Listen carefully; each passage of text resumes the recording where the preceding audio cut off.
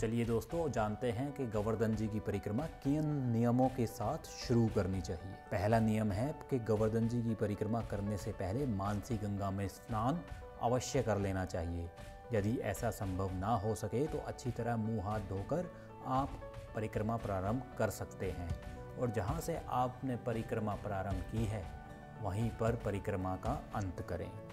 गोवर्धन जी की परिक्रमा करने से पूर्व प्रारंभ में कम से कम 5 बार और अंत में कम से कम 1 दंडवत या साष्टांग प्रणाम अवश्य करना चाहिए।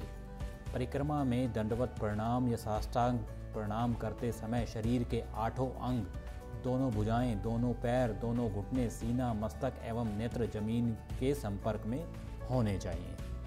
गोवर्धन जी की परिक्रमा में पहने गए कपड़े साफ सुथरे शुद्ध होने चाहिए। गंदे कपड़े पहनकर कभी भी परिक्रमा ना करें।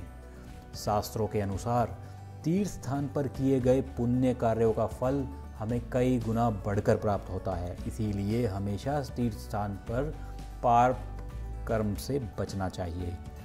गोवर्धन जी की परिक्रमा तन और मन से स्वच्छ होकर करनी चाहिए, क्योंकि पूजा हमेशा समर्पण भाव से की जाती है। इसीलिए परिक्रमा करते समय मन से सभी विचार निकाल दें और सिर्फ प्रभु श्री कृष्ण का जाप करते हुए ही परिक्रमा करें। अगर आप विवाहित हैं तो परिक्रमा हमेशा पति या पत्नी के साथ ही करनी चाहिए और ना ही मन में किसी प्रकार का दुष्ट भाव रखकर परिक्रमा ना करें। गोवर्धन पर्वत की परिक्रमा करते समय हमेशा गोवर्धन पर्वत को अपने दाईं ओर रखना चाहिए, यानी कि सीधे हाथ की तरफ। जिस वस्तु की परिक्रमा की जाती है उस वस्तु को दाईं ओर रखकर ही परिक्रमा करने का विधान है, ऐसा शास्त्रों में बताया गया है। गोवर्धन पर्वत की परिक्रमा करते समय इस बात का विशेष ध्यान रखना चाहिए कि लेटते समय या उठते समय या बैठते समय गिरिराज जी की ओर पीठ तथा पैर कभी नहीं होने चाहिए। यदि भूलवश भी ऐसा हो जाए तो गिरिराज महाराज से क्षमा अवश्य मांग ले। गोवर्धन परिक्रमा करते समय बहुत अधिक आवश्यकता पड़ने पर ही शौच आदि करें। इसके बाद जल से अपने हाथ और मुख को अच्छी तरह धो लें। गोवर्धन परिक्रमा करते समय गाय, पौधे, जीव जंतु आदि को भूलकर भी ना सताएं और ना ही उन्हें नुकसान पहुंचाएं। गोवर्धन पर्वत की परिक्रमा नंगे पैर की जाती है। परिक्रमा करते समय जूते चप्पल ना पहने। यदि कोई व्यक्ति कमज़ोर हो या फिर छोटा बच्चा हो तो रबर की चप्पल पहने या फिर कपड़े के जूतों का प्रयोग किया जा सकता है। गोवर्धन जी की परिक्रमा करते समय यदि आप किसी स्थान पर रुके हैं तो दोबारा उसी स्थान से परिक्रमा प्रारंभ करनी चाहिए।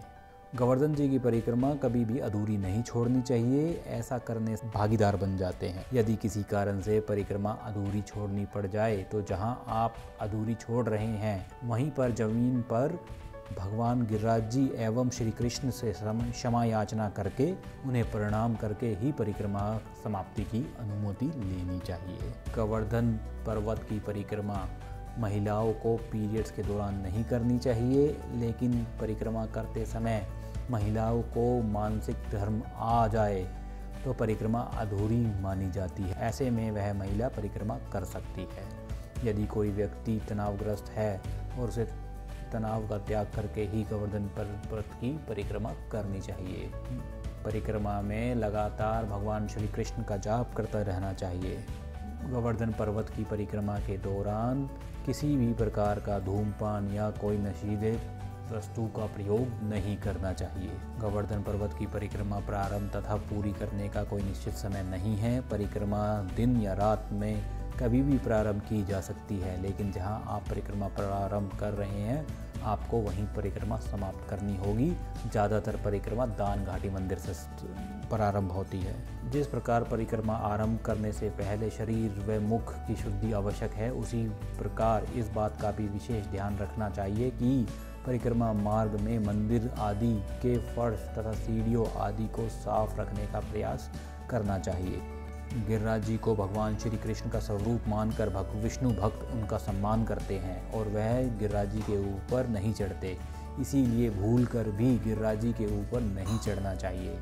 गिरिराज जी के ऊपर स्थित पवित्र कुंडों में पाँव नहीं धोने चाहिए। आप इसमें स्नान कर सकते हैं। इससे आप पूजा या आचमन भी कर सकते हैं। गिरिराज जी के कुंडों में स्नान करते समय विशेष सावधानी बरतनी चाहिए साबुन, तेल, शैम्पू आदि का प्रयोग नहीं करना चाहिए। परिक्रमा करते समय नाखून काटना, पलंग पर सोना, बाल आदि कटवाना वर्जित है। गोवर्धन परिक्रमा में यदि कोई व्यक्ति परेशानी में है तो उसकी समस्या का समाधान करने का प्रयास करना चाहिए। ऐसा करने से आपको पुण्य फल की प्राप्ति होती है। गोवर्धन जी की परिक्रमा में कभी किसी को धक्का मुक्की करते हुए आगे बढ़ना नहीं चाहिए। गोवर्धन जी की परिक्रमा एक दिन में पूरी की जाती है। यदि आप बीमार हैं तो धीरे धीरे भी यह परिक्रमा पूरी कर सकते हैं। तो दोस्तों, ये हैं गोवर्धन जी की परिक्रमा के कुछ नियम। इसमें से कुछ बढ़ाए या घटाए भी जा सकते हैं। वैसे बढ़ाए ही जा सकते हैं, घटाए नहीं जा सकते। यदि आप इन परिक्रमा नियमों के साथ परिक्रमा करेंगे तो भगवान श्री गोवर्धन जी की, भगवान श्री कृष्ण की कृपा आपके ऊपर अवश्य बनी रहेगी।